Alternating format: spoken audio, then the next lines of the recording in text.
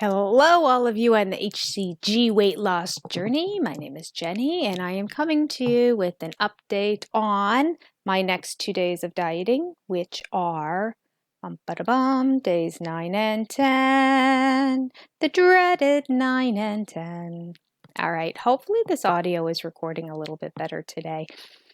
I went back. I don't really go back and watch the video, so I apologize about that. I mean, I do sometimes if I know I have to cut something out that I screwed up and I don't want to re-record. But they're recording pretty hot, and I didn't really know why, so I made a couple adjustments, and I'm going to keep my mic down further away from my mouth. So hopefully it's not quite so annoying to listen to me, and I apologize for the previous videos.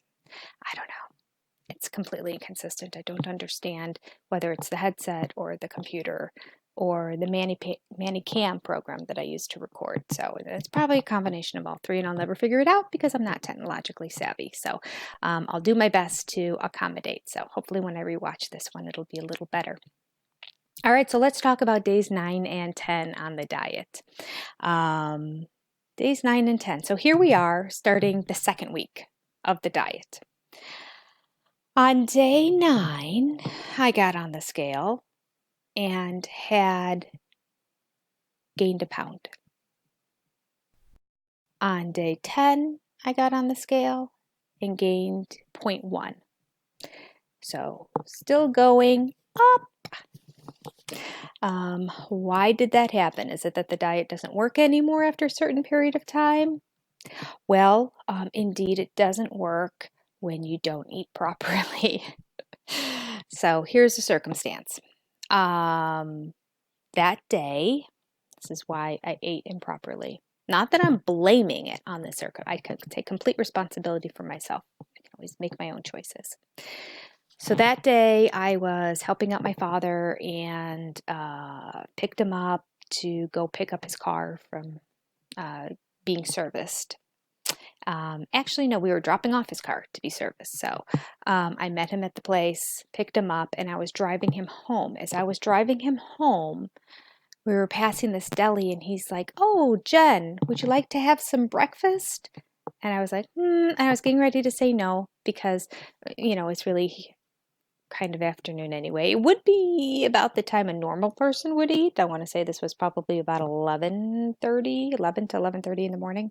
And he's like, breakfast or lunch or whatever you want. He's adding a little bit more. And he's like, we can pull in right here at this cute little deli that's nearby, close to my house, on the way to his.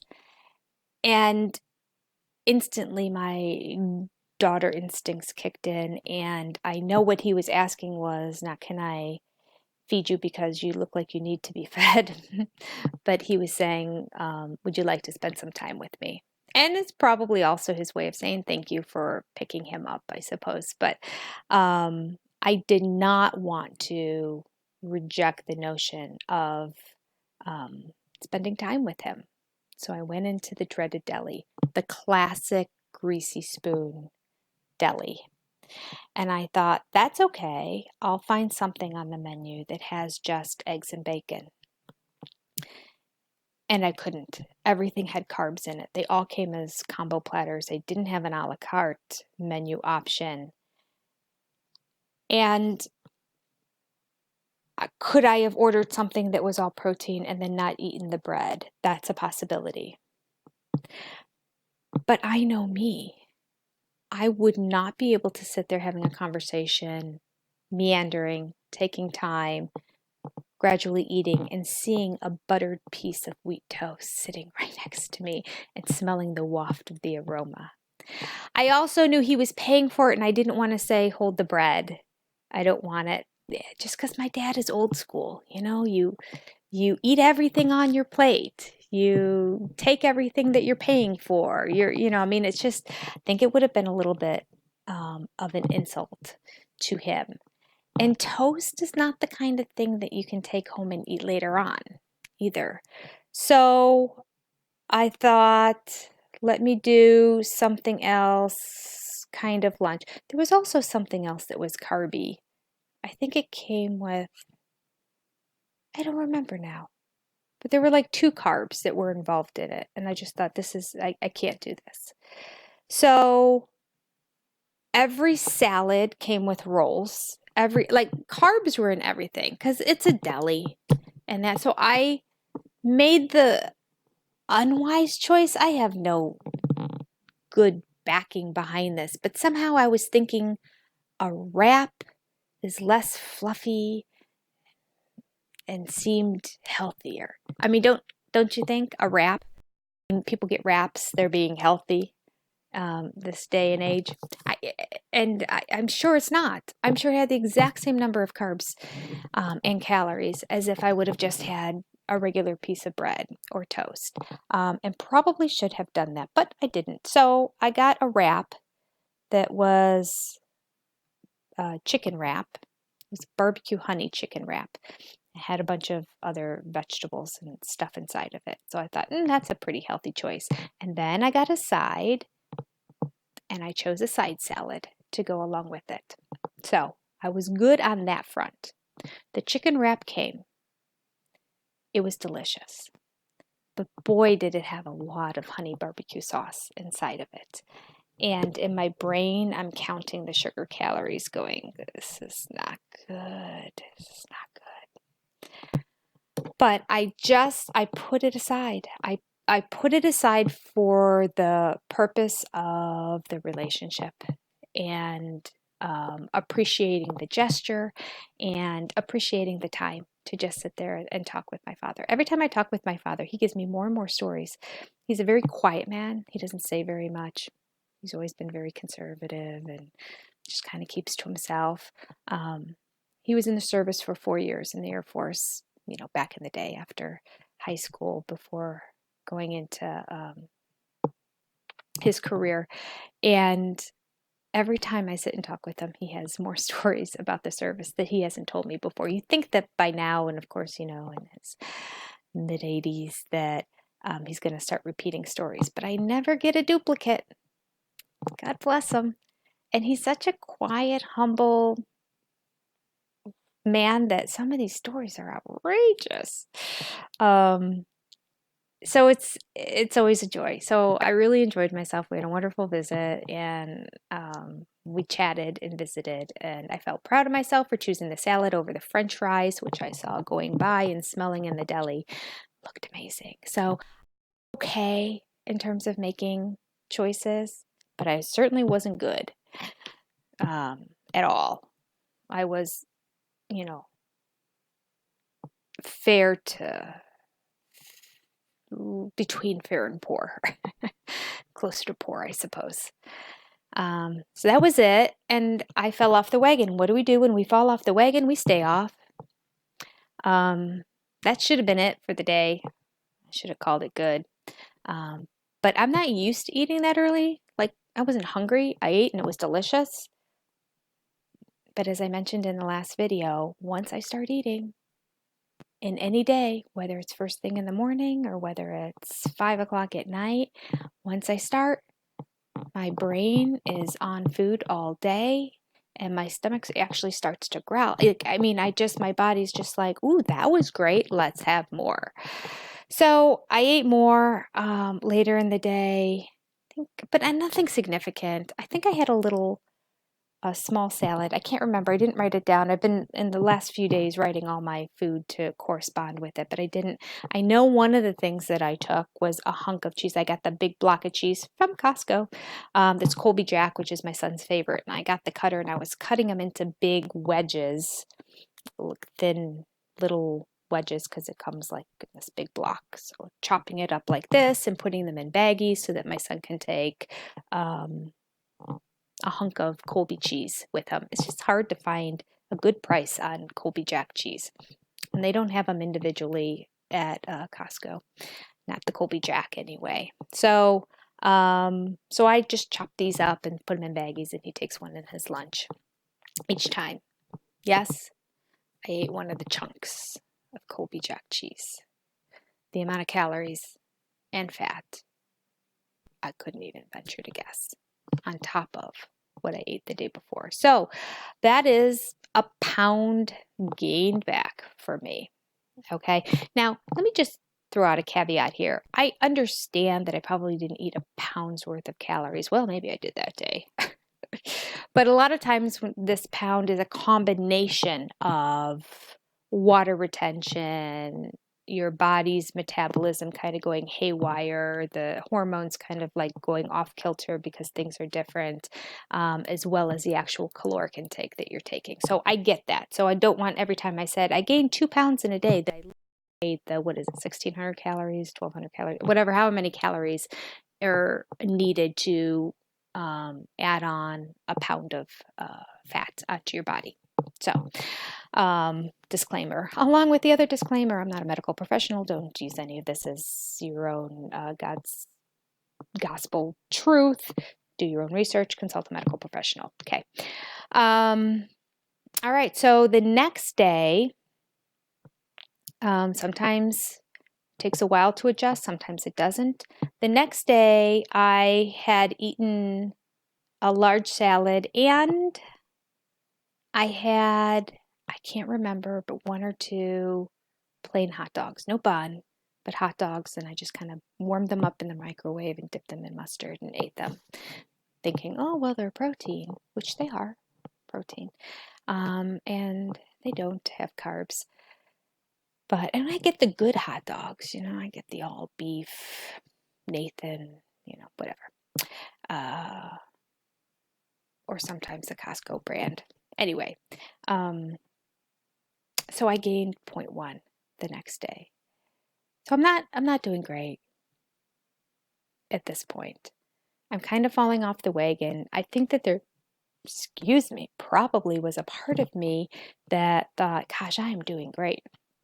It's okay to eat not quite as good as I've been eating because the pounds are slipping off every day. But they're not at this point. So there you go. You have to stay on the diet to do it correctly. I'll give you some of the next 2 update days tomorrow on how I did at that point. So let me say overall, let me just take my little paper here and look across. Overall, on days 9, I went from losing a total of 5 pounds equal to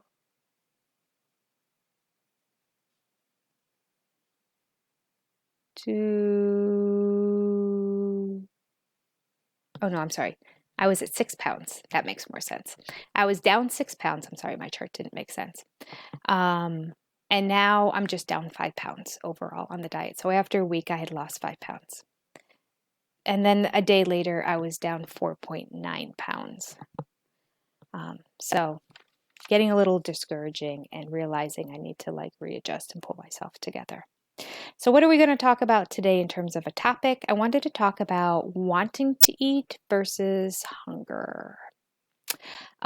This is something that I can truly relate to because I don't tend to eat when I'm hungry. Here's the funny thing. 3 years ago, when I started this diet, when I did it for the very first time, it had probably been at least a decade before that I had truly experienced hunger. I mean, we live in a society in our American culture where food is everywhere, and we're so blessed to not have to ever worry about where our next food or next meal is going to come to. For many of us, some people do, and we need to reach out and help those in that situation.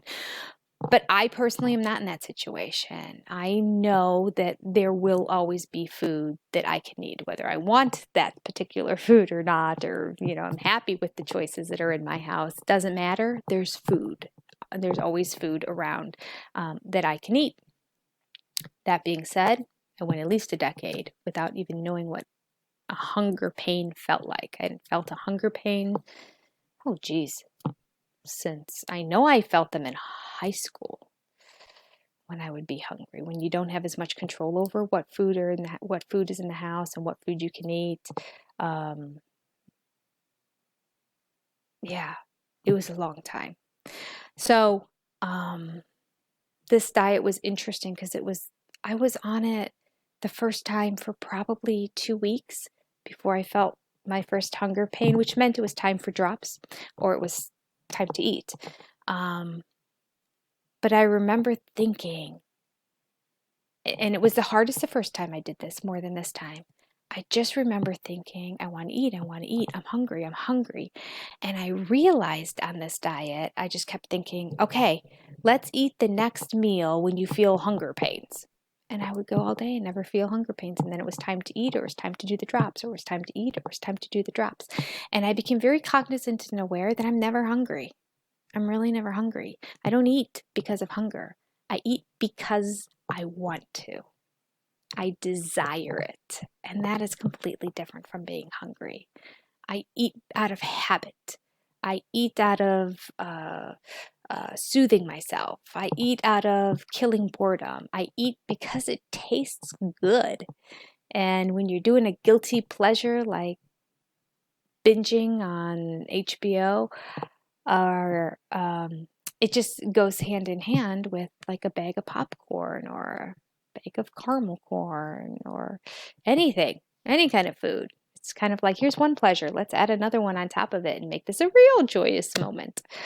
So, yeah, something that I learned on this diet that I had never really thought about before until I was in this situation where I kept saying, not going to eat, or I'm going to take my next set of drops when I am hungry. I'm never hungry. In real life, I'm never hungry. I guess I have plenty of fat stores to tap into. Think about that. Really analyze when you're hungry. And when you say, oh, I'm not going to eat till I'm hungry. Not eating until you're hungry doesn't mean not eating until you're not full. It's different. I was used to living a life on feeling full. And to me, that's just sort of how you live, always feeling full. If you're not feeling full, you're nibbling and you're crunching on something and you're picking at something or you're making another meal.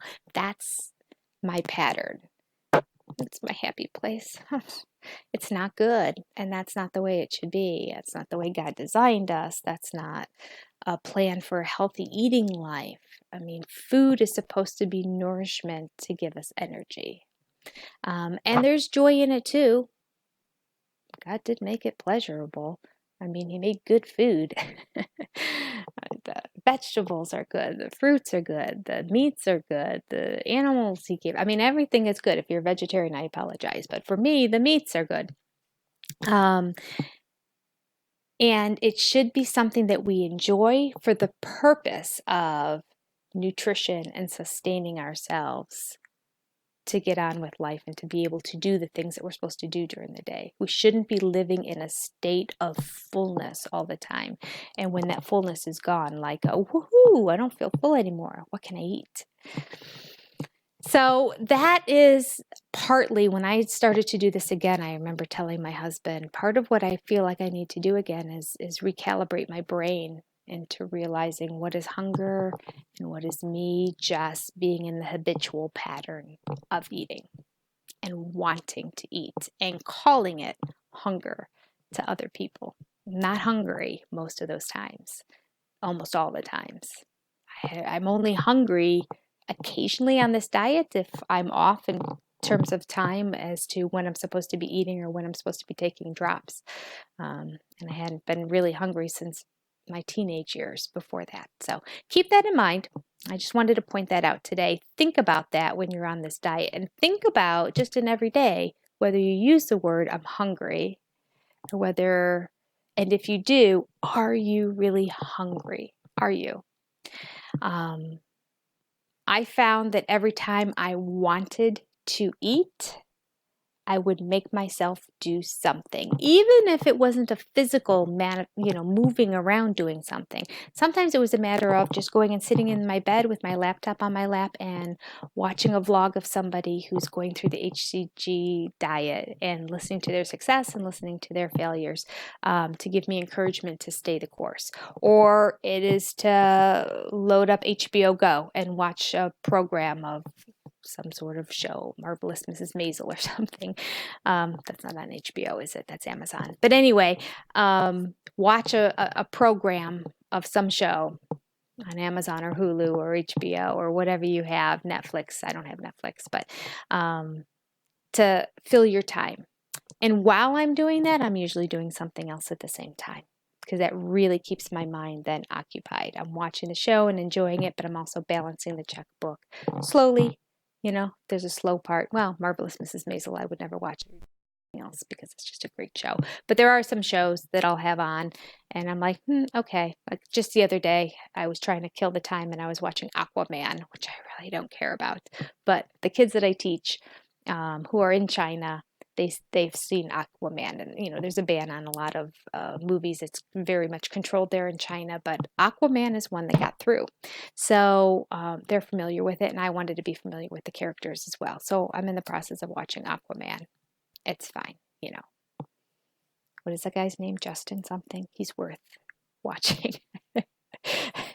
But it's just not my gig. I don't watch any of the DC or Marvel comic movies, so I'm not familiar with this genre of movie. It's not my favorite thing. Anyway, so at the same time, I was balancing my checkbook is exactly what I was doing and going through it and looking at the statement and making sure everything was copacetic and lined up.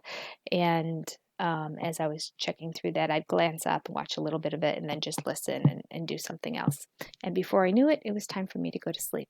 And then I was fine. That was one of those moments where I wasn't hungry at all, but I could smell some good stuff down in the kitchen. And I just thought, oh, I would like to eat that. So I tried to redirect my attention. Okay, this went on way too long, longer than it needed to. I apologize. Tomorrow I will be with you with days 11 and 12. We are starting to catch up on my journey, and I'll have a new topic to talk about. I'm not sure which one I'm going to choose, but we'll see. All right, you take care. I know what I'll do. We'll talk about the apple day or the steak day. There's such a thing as an apple day or a steak day. Maybe we'll do the apple day tomorrow. I'll talk about what an apple day is because that is a possibility of something that people do when they fall off the wagon on HCG and they need to get back on and they want to do so in a way quickly rather than slowly losing the weight that they put on during their backslide. All right, that's all. You take care. Have a wonderful day. Happy dieting out there. Like and subscribe.